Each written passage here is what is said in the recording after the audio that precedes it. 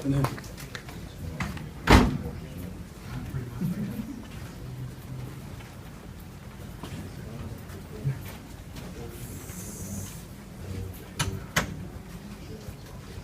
Well, thank you all for coming today to our press conference.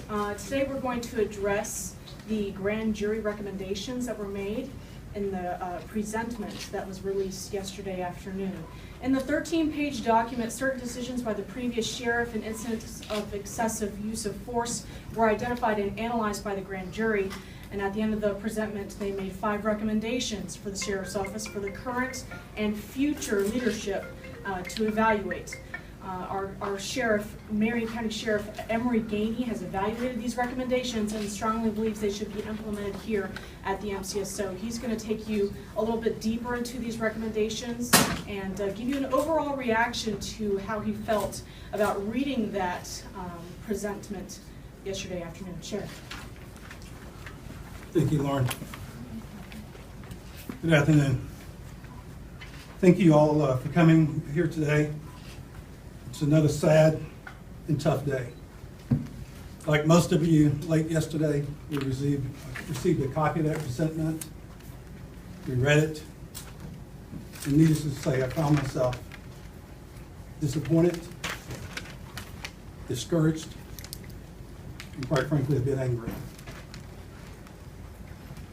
That men in our profession would tarnish the badge in the method in which it was done.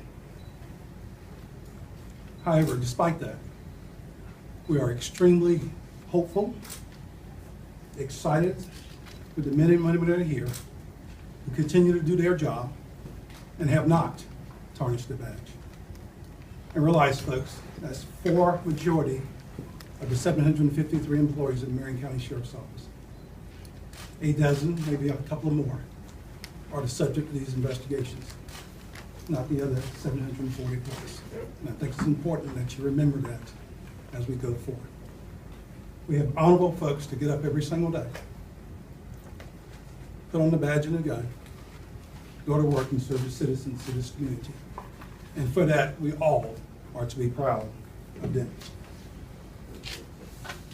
I know you've read that presentment, so of the recommendations, the new Internal Affairs Unit.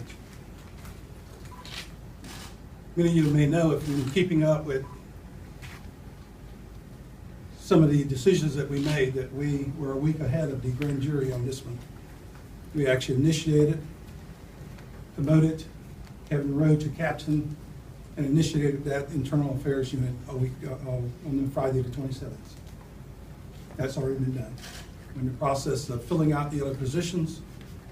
That unit and those commanders will report directly to me, totally outside the chain of command.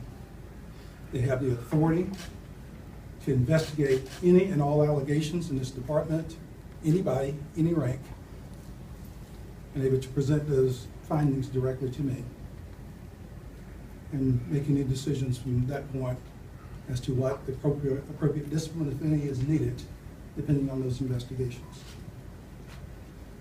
We have also adjusted our policy, you should have copies of that, to further clarify how employees are to report any excessive use of force, including a new form where employees can report anomalies if they so choose. We'll also be doing training both in our internal management systems as well as doing roll calls and other gatherings of employees as to how to and what our expectations are for making any reports of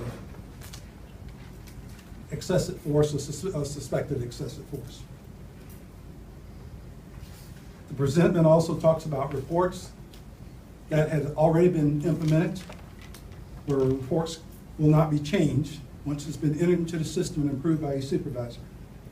Any changes or additions from that point forward will be done in a supplemental report. So the original report exists as written.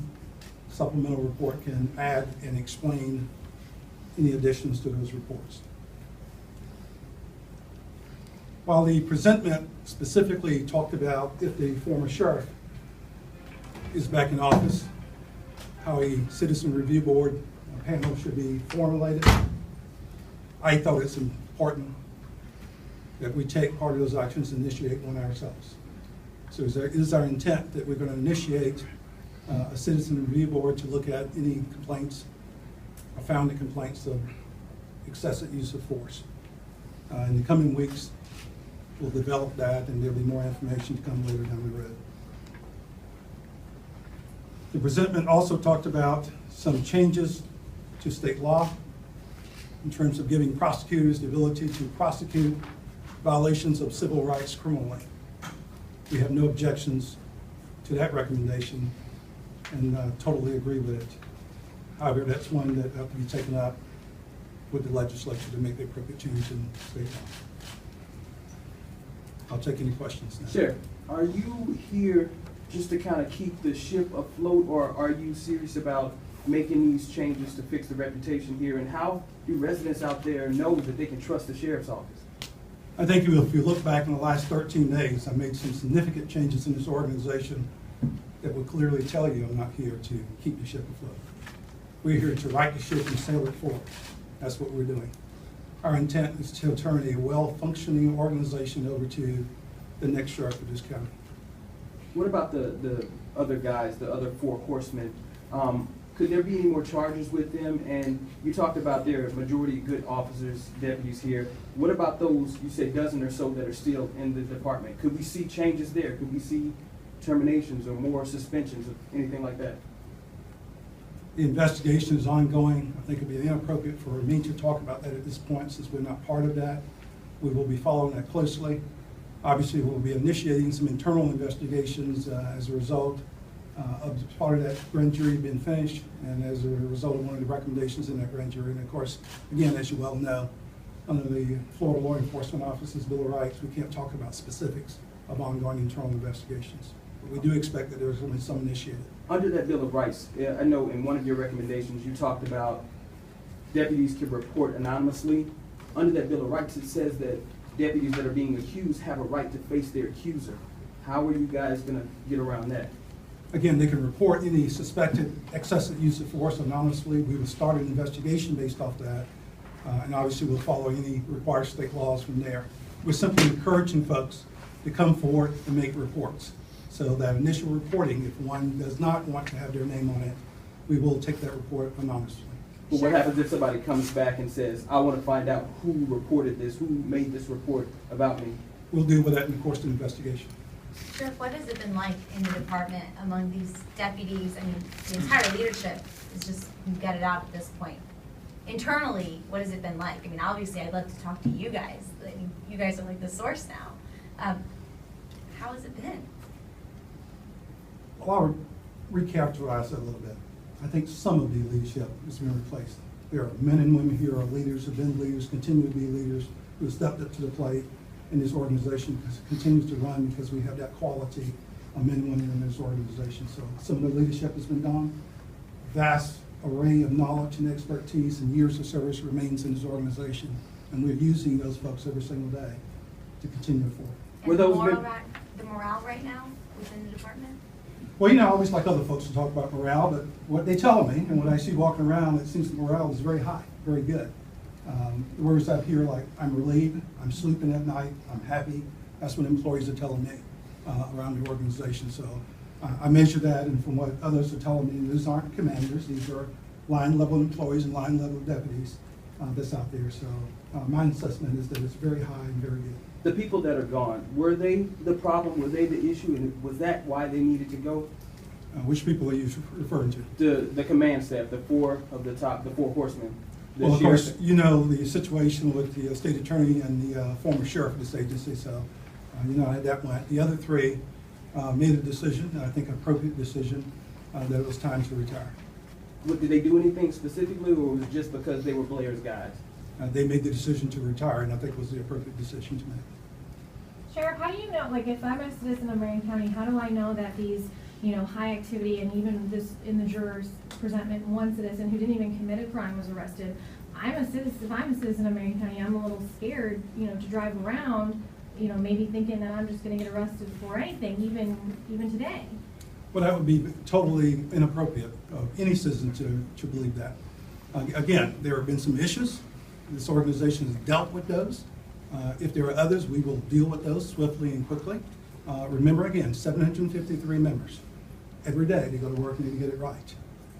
I think that's what they have to be assured of. As the citizens that get out in the community, and I've been out, talked to a number of citizens who also are very respectful and glad and supportive of the men and women here, because I think they understand that a few tarnish their badge, not the majority, and they too, I believe, have a great and high expectations and respect for the men and women who work here. You seemed emotional about like what you found in the documents there. What about the part that pertains to the people who were rewarded for making all the traffic stops and arrests? And what about the unofficial chase policy to the wheels fall off? What do you think about those, and what are you doing to address those? Well, first thing, that's a comment from someone else. I won't even dignify it by addressing it, quite frankly. But let me tell you my position on that, quite frankly. We've had those discussions with command staff. In fact, I met with all supervisors yesterday, and patrol supervisors, to talk about our policy and our expectations going forward. Likewise, a group of men and women who are enthusiastic about their job and their supervisory experience here. And we've addressed what our expectations are as far as respect the community. We're going to enforce the law. Our folks are going to enforce the law. And if force is needed, they're going to use force, but proper and appropriate force. And they're going to disengage when they need to disengage. This is a law enforcement agency. Not everybody who we simply stop or arrest come in peacefully. That would always be our desire, but we know that does not happen.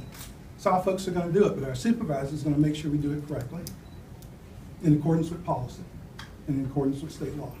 But we are still a law enforcement agency, and the key to that is enforcement. But in addition to that, we're also a community service agency. I don't measure a law enforcement officer's performance based off arrests alone. I measure that performance based off a totality of circumstances: the community service, the community participation, the interaction with our youth and other folks in the community. All that counts. Yes, arrest is an important part of it, but that's not all we do. In fact, as I encourage my deputies to use discretion when appropriate on some minor crimes. They can't do that on felonies, but there's some discretion that these men and women already have, and we expect them to utilize it, depending on the situations and the backgrounds and any past history of individuals they may be dealing with. You mentioned that you have a new policy in place. What was the response from your deputies whenever you went over this? Specifically, which policy you're referring to? Both the excessive force, now that you have a new form, and then also further on page 3 as well. Here's the great thing about it. Again, remember, most of the folks know what to do and been doing the right thing to start with. It's simply clarifying and making it real clear what the policy is. You're not going to find that there's a lot of folks in this organization, past or present, that's been violating policy. So quite frankly, it's more of a clarification, in my opinion, to come in line with the presentment from the grand jury. Sheriff, does this TIU unit still exist? And if it does it have those standard policy and procedures like the other specialty units? Well, first thing, every member of this organization has to abide by the same set of policies and units. There's no separate policies for any specialty unit in this organization, sworn and non-sworn members. And the answer to your first question, that unit does not exist and will not exist under my command. Mike, one question I have too is, it seems like there is a mindset that was implemented on these deputies that they have to think this way and patrol this way. Has that been difficult for you to kind of get them out of that mindset that we're not here to make just arrests and we're not here to just do traffic stops and get high numbers? Like, is that something that you've come across has been difficult to kind of get them out of this mindset when they're out on the streets? Absolutely not. My responsibility, they see it as a welcome addition and change, quite frankly. And I believe, and these gentlemen can speak to it as well, that they're quite pleased to know that they're going to go back to being a well-rounded total policing, not something that's judged based on statistics alone. To be clear, the people that retired, did they retire on their own, or were they pushed to retire? Was it a situation that they solely came to on themselves, or did you say, you know, we think we can move forward without you? For the third time, they chose to retire, and I think that was the appropriate decision. Were people unhappy under the former sheriff? Because you keep saying things like people relieved, people can sleep better. Was there a fear among deputies before you came in? I had heard that that was the case. Okay, and then just real quick, the juror said that, you know, if the sheriff comes back in, do you foresee any instances where the sheriff can be brought back in, or if he's reelected, or are you preparing for that at all? I'm not going to even address that, quite frankly. Okay. Is that even possible? He should be innocent until he's proven guilty, and so are these 4 guys that are gone. How do we fix that? Their lives are ruined now. Which is exactly why my answer was I'm not going to address that. I think that's not for me to address. That's for a court of law, a judge or juries, however that's done. So my position is that that's exactly how the legal system works, and we'll let the legal system deal with it. Goes from that point forward. Is that even possible? I mean, can the sheriff come back? I'll leave you to look at state law. I think it's pretty clear if we read it and see what the possibilities are, as opposed to me making statements. So we'll let you look at this law and see what the qualifications are to run for sheriff. Sheriff, can you talk about Tyson Collins, the situation with him, former sergeant? Let me talk about this situation with Mr. Collins. I signed a letter of termination last week, and Mr. Collins along with the organization. Can you go into detail about the reasoning for that? The reason I signed that termination letter is that he fails to cooperate in my internal investigations into Garrity, and I terminated him effective immediately before the internal investigation was finished, because Garrity made it clear that on administrative investigation you must answer our questions. He chose not to. I chose to terminate him. Any more questions? Thank you very much. Thank you, Sheriff. Thank you.